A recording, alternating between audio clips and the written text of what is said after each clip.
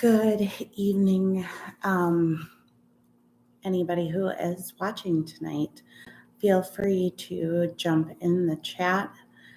I am here tonight to do what I can to hopefully draw any form of attention to this case.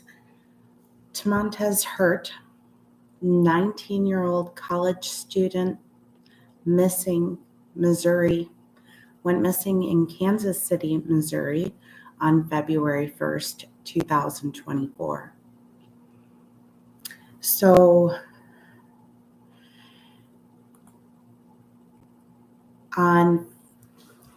it was, I believe, really early on, after he went missing, I caught Nancy Grace, and it was like nothing I had ever heard before in my entire life. I had never heard someone speak with so much pain that I felt the pain so deep to my core as I felt hearing Tamontez's grandmother speak. And at that moment, I was just so sad and heartbroken. And I've been keeping my eyes on things, and I've not really seen much. So there's other cases that are garnering attention, and this young man isn't. So let me get into what this story is, because this is just one of the most realistic and tragic stories. So Tamontez went to Kansas City from St. Louis to visit, hang out. Not entirely sure of the purpose, but he was meeting up with a girl that he had started talking to. And Tamontez's grandmother, Tacona Donald Sullivan, woke up around 3 a.m. to a missed phone call from her grandson. And she went about, making her coffee, and she just knew, something's not right here. Of course, who would think any differently to get a missed call in the middle of the night like that from your child, your grandkid, niece, nephew, any family? When they're reaching out in the middle of the night, it's usually not for a good reason. So she returns his phone call, and when she gets through to him, he does not sound like himself. He does not sound like the grandson she knows. His voice, she described it as high-pitched, worried, afraid, scared. He was referencing, or kind of like, I think he was telling his grandmother, but he was also kind of talking directly to this girl that he was with, asking her, "What did you do to me? What did you do to me?" And the grandmother heard the girl speak. So it's not like he was talking to somebody that wasn't there. She heard this girl speak. And he continued sounding pretty frantic. He has an iPhone. Grandma has an Android phone. But I believe she has a second phone that I believe, if I understood it correctly, isn't really for calls. So maybe there's not like minutes on it or like cell service, but maybe she just connects it to Wi-Fi in order to be able to FaceTime with her grandson and others that might also have an iPhone. And So she was trying to explain to him, I'm going to call you on FaceTime. And he was talking about how he didn't know how to do that anymore. He didn't know how to FaceTime anymore. And she was just like, telling him, of course you do, kind of thing. Then he's, getting really frantic, and it sounds like he's running. So she eventually is able to video call him. And at that point, he asks her to pray with him.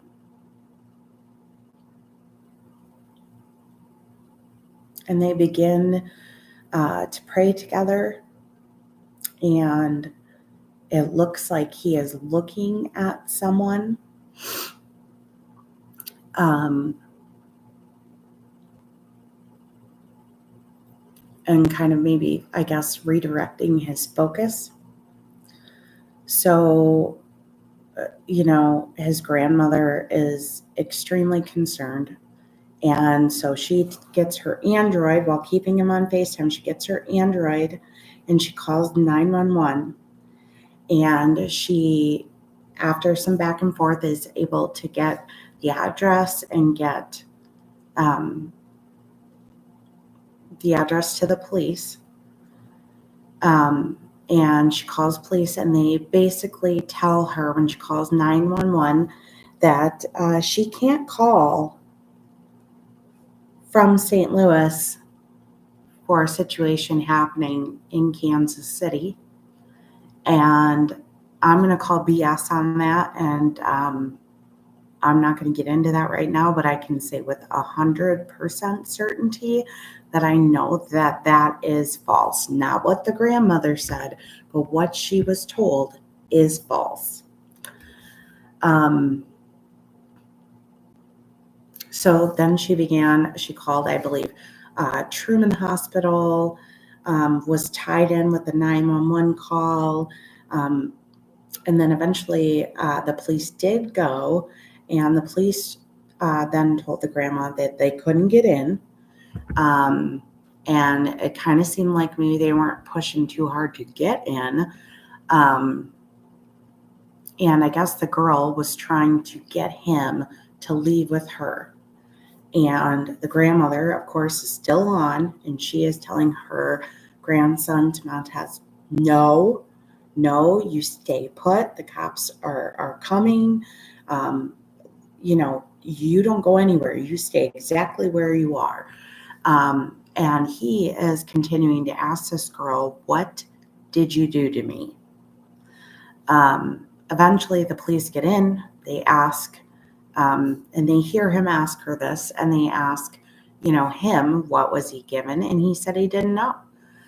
The police asked him if he wanted to go to the hospital, and the grandma's like, yes, and is begging and pleading with them to get him to the hospital, that something's wrong. She doesn't know what's wrong. So he gets in the ambulance, and throughout this, process, they're, I don't know if you want to say encouraging, but that's the word I'm kind of hanging on, and maybe it's too strong of a word, but they're encouraging Montez to hang up the phone. And grandma is absolutely not. No, she's screaming. She's pleading like, no.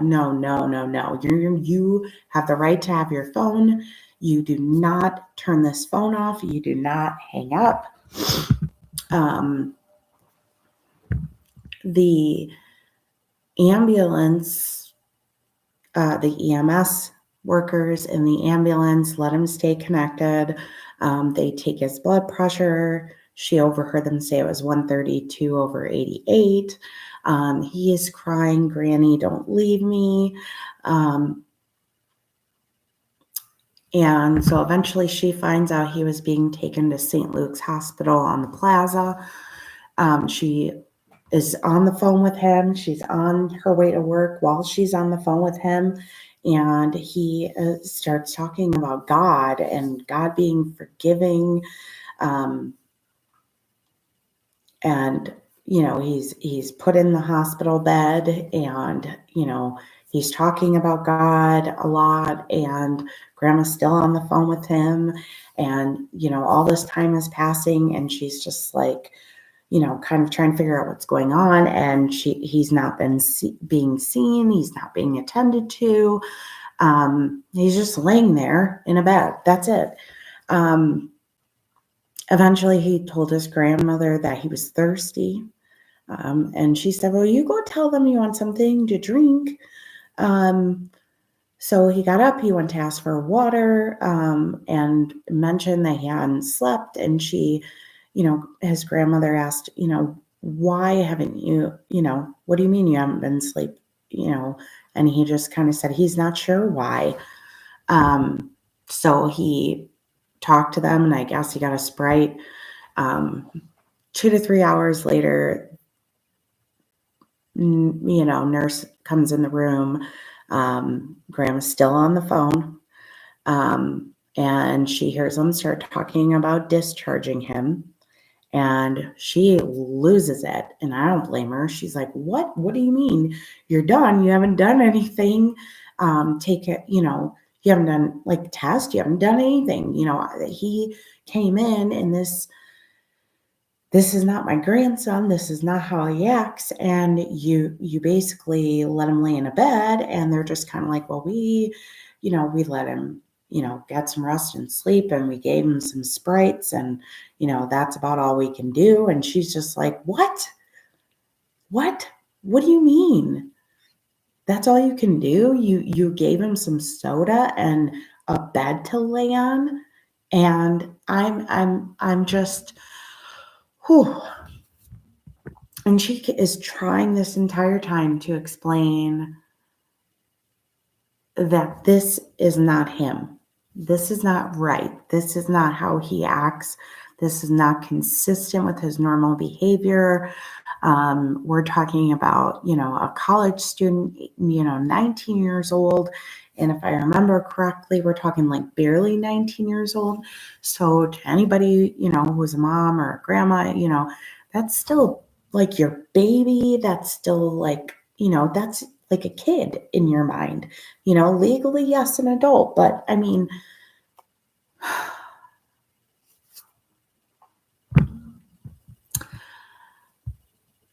this is really hard for me because so she's just screaming at them, and she's telling them to do something for him. And they were kind of snippy with her, and they eventually, said that they're going to take a specimen, and she's kind of trying to figure out like what kind of specimen. And, she's telling her grandson, like, give him permission. And then she said he started babbling like in a robotic voice, not making sense. And she's just going out of her mind. And I don't know what they're not seeing. And so before you jump to, oh, he's got to be full of, somebody slipped him some coke, crack, meth, something, urine specimen comes back clean. Now, granted, urine specimens they probably didn't test for like the whole gamut, that you can in certain situations, but whatever the basics are is probably what they tested for, and it was clean. So they reiterated that they were going to discharge him. She is screaming at them, why? Why are you doing this? Well, why is nobody doing anything? The nurse mentioned something about, like, why are you grabbing my hand? He started talking about how he was born again and he's going to glory. She's begging for him to be evaluated. She's like, take him upstairs. And while he's being evaluated to figure out what's going on, I'll come, and get him. And they didn't. They didn't. She even talked to a social worker, begged him.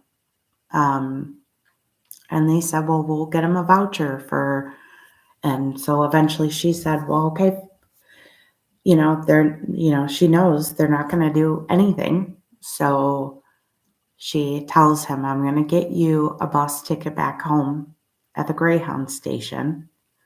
So they give him a voucher for a Z-Trip taxi to take him to the Greyhound station so he can get back home to his grandma's. He's still on the phone with his grandma when he gets in the taxi. She's telling him, I am going to have to call and, get you this bus ticket. And he is like, Grandma, don't leave me. Grandma, don't hang up. And she's like, but I can't do both. I have to, get this bus ticket.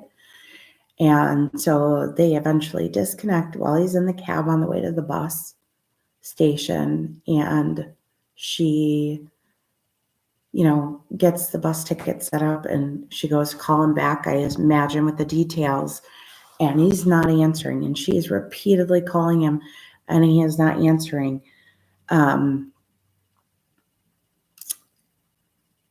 There is video footage. I believe it was 11:53 a.m. So to put this in context for you, 11:53 a.m., he's trying to walk into the Greyhound bus station. The missed call Grandma saw was around 3 a.m. So we're talking about, 7-8 hours, approximately 7-8 hour time frame. And he gets out of the cab. He goes to go into the Greyhound station. It looks like on the video the door was locked and there were people that were outside waiting. And he goes back to the cab, pulls on, I believe it was the passenger door, and it was locked. And my understanding is his cell phone was left in the cab and the cab drove off. I believe she somehow saw and was able to get this Greyhound footage to see it for herself. I could be wrong, but if I understood what she was saying was that the police were telling her they can't get her this video, but she managed to get it herself. I believe that's what I understood. The police said he walked 72 blocks. 72 blocks. And it was caught on street cameras. Can you imagine 72 blocks? And he isn't looking left or right like, he would be, in any normal situation. Before you're crossing all these streets in a city, you look left, you look right, make sure it's okay before you cross the street. My understanding is that is not what was happening in these videos. And my understanding is she wasn't told you can't see these, that she couldn't see the videos. And she wanted to see them to make sure that it was him. And they told him that, he looked like he was walking with purpose. And she is trying so hard to get them to understand, like, no, my grandson would look both ways. Like, she's just crying out for help and no one's helping her. She had to get with the highway patrol to eventually get him reported missing.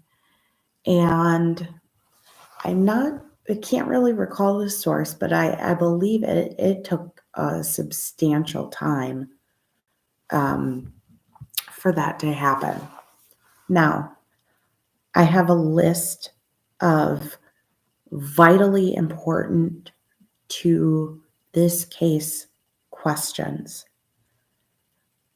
And if I had those answers, that would really start giving an opportunity to understand where to look. However, I think, the grandma or maybe a family or friend that maybe grandma has shared everything with that she knows to date would be who I would need to connect with to get these answers, to fill in these gaps. And maybe I have questions that haven't been asked. Maybe I have questions that have been asked and not answered on their end too. But I have some very, what I feel, important questions, and I'm not going to put them all on here because I don't want anybody running rampant. And I just certainly don't want to go sending people on any wild goose chases or stalking or anything crazy like that. So I'd rather just ask somebody very close to the situation, the direct questions, whether it be by email, by phone, by text. So if a family member or Tamanta's grandmother, Tacona, sees this video, and you want to reach out to me, my email is stopthemadnessinfo@gmail.com, and it's also in the description of this video. And maybe you can answer these questions, and maybe they've been asked before, but I've watched a lot of stuff, and so far in videos I've watched, articles I've read, these answers have not come forward to me from what I've seen, and I've not heard the questions asked. So the other thing I wanted to make sure to mention is if you are able to get to the Kansas City area, or you live in Missouri and you can get to Kansas City, on this Saturday, April 20th, they are meeting at 8215 Troost Avenue, Troost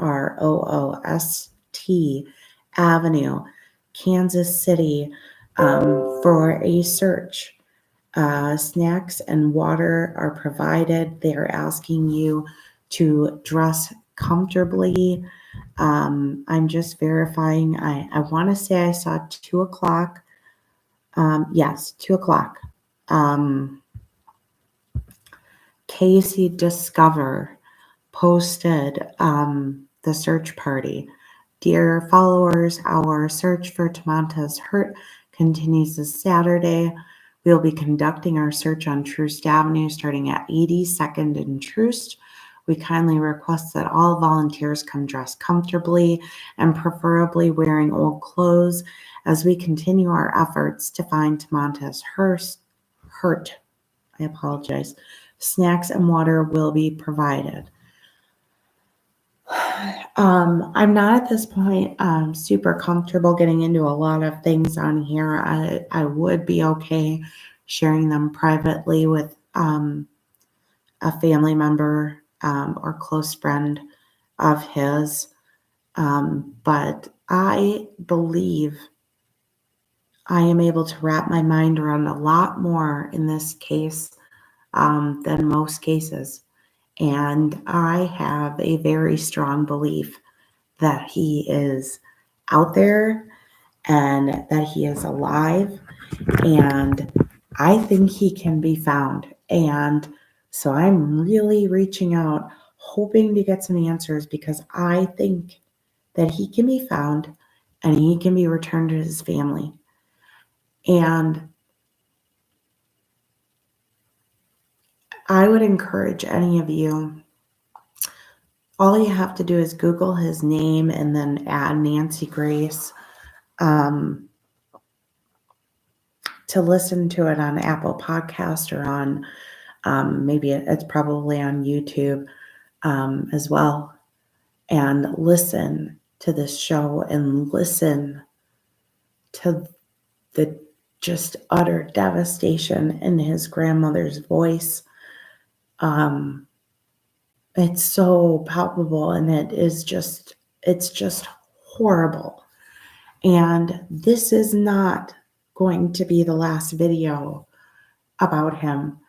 And if I just have to keep asking for someone to reach out so I can try to get some answers to these questions, so I can focus my train of thought on where I think I'm going with this, I will, because he matters.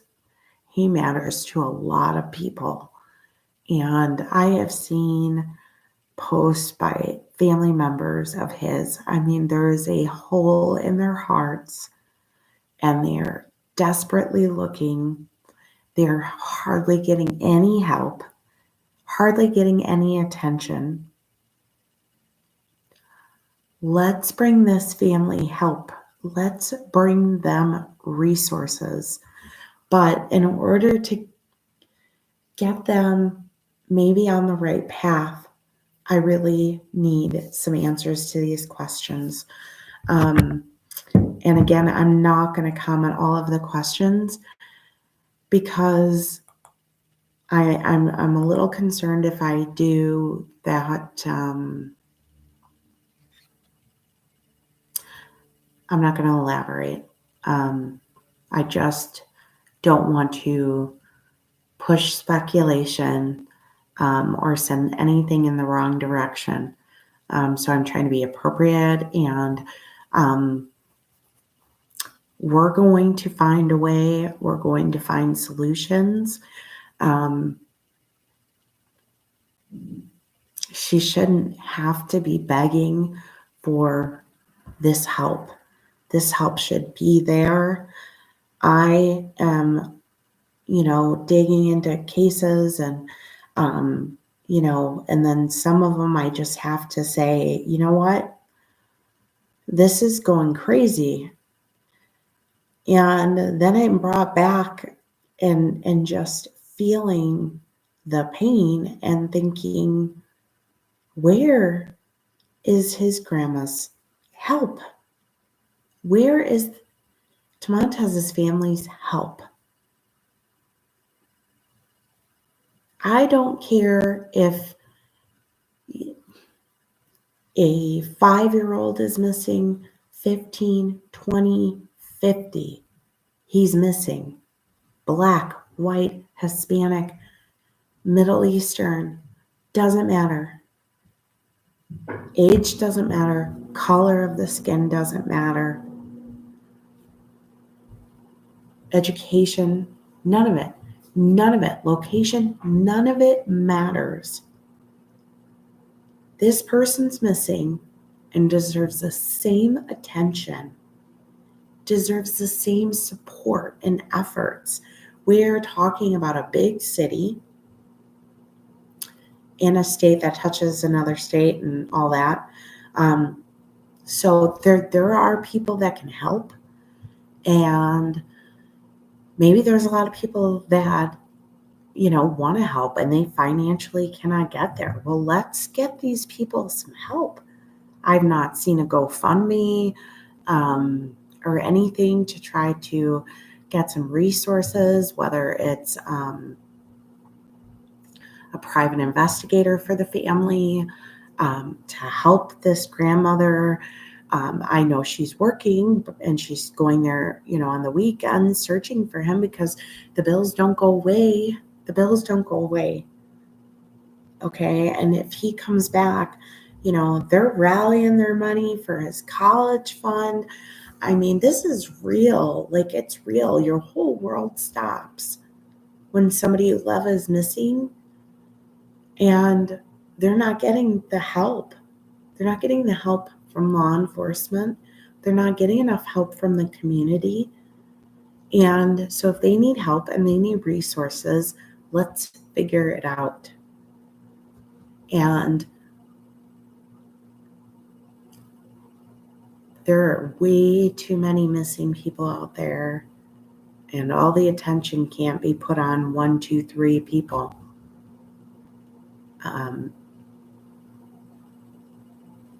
So we are going to be back on this. I am going to hope that someone in the family or a very close friend who communicates with Ms. Sullivan can, get in contact with me, and I can ask these questions, hopefully get some answers, and then navigate in the direction that I think this is. And I have a lot of reason around my thought process, but I'm not entirely comfortable sharing that right now on this platform. So I am also going to add, it is in the video description for this video is the email address, stopthemadnessinfo@gmail.com. And I'm going to put it in the chat here as well. And you might need to click on swipe to the left to do like live chat replay to see this. Because I believe regular comments and then live chat comments go in 2 different places. So again, stopthemadnessinfo@gmail.com. I have so much confidence that he is out there and he can be found alive and returned to his family. I feel really good about this, and I have a lot of reasons for feeling that way. So please try to maybe get this video to the family, push it out there. Let me try to help you. I want to do that. And so you have the email. Hopefully this gets attention, helps people understand the story. And I don't want this to be the end. I want to continue to help get this on a good, clear path. And I could explain more to somebody a little more closer to the situation. So with that being said, please like and subscribe so that this gets out and gets more exposure and will help somebody. Tamontez Hurt, missing, last seen in Kansas City, Missouri, February 1st, 2024. And I want you to think about that. That's all of February, all of March, and we're 18 days into April. He's been missing longer than most of the people on, I would say, the top 5 missing person cases garnering the most attention. And that's wrong. So let's get the word out. Let's get some action going. Let's be motivated here. Thank you. And please stay tuned. I want to bring more. I want to get this to a conclusion. And I have this just overwhelming, and maybe there was just something there when I am all absorbed in the true crime community. But there was just something about his grandmother. I mean, when I originally heard it, and then the next couple times I listened to it, I just cried and cried. I was so affected by it. And maybe that was just divine intervention, because there's just something overwhelming me that is saying, this is the one. He's going to be found. He is going to be found. I have all this positivity around me. So please, again, like, subscribe, share this video, get his face out there, get this story out there, get this family help that they need to bring him home.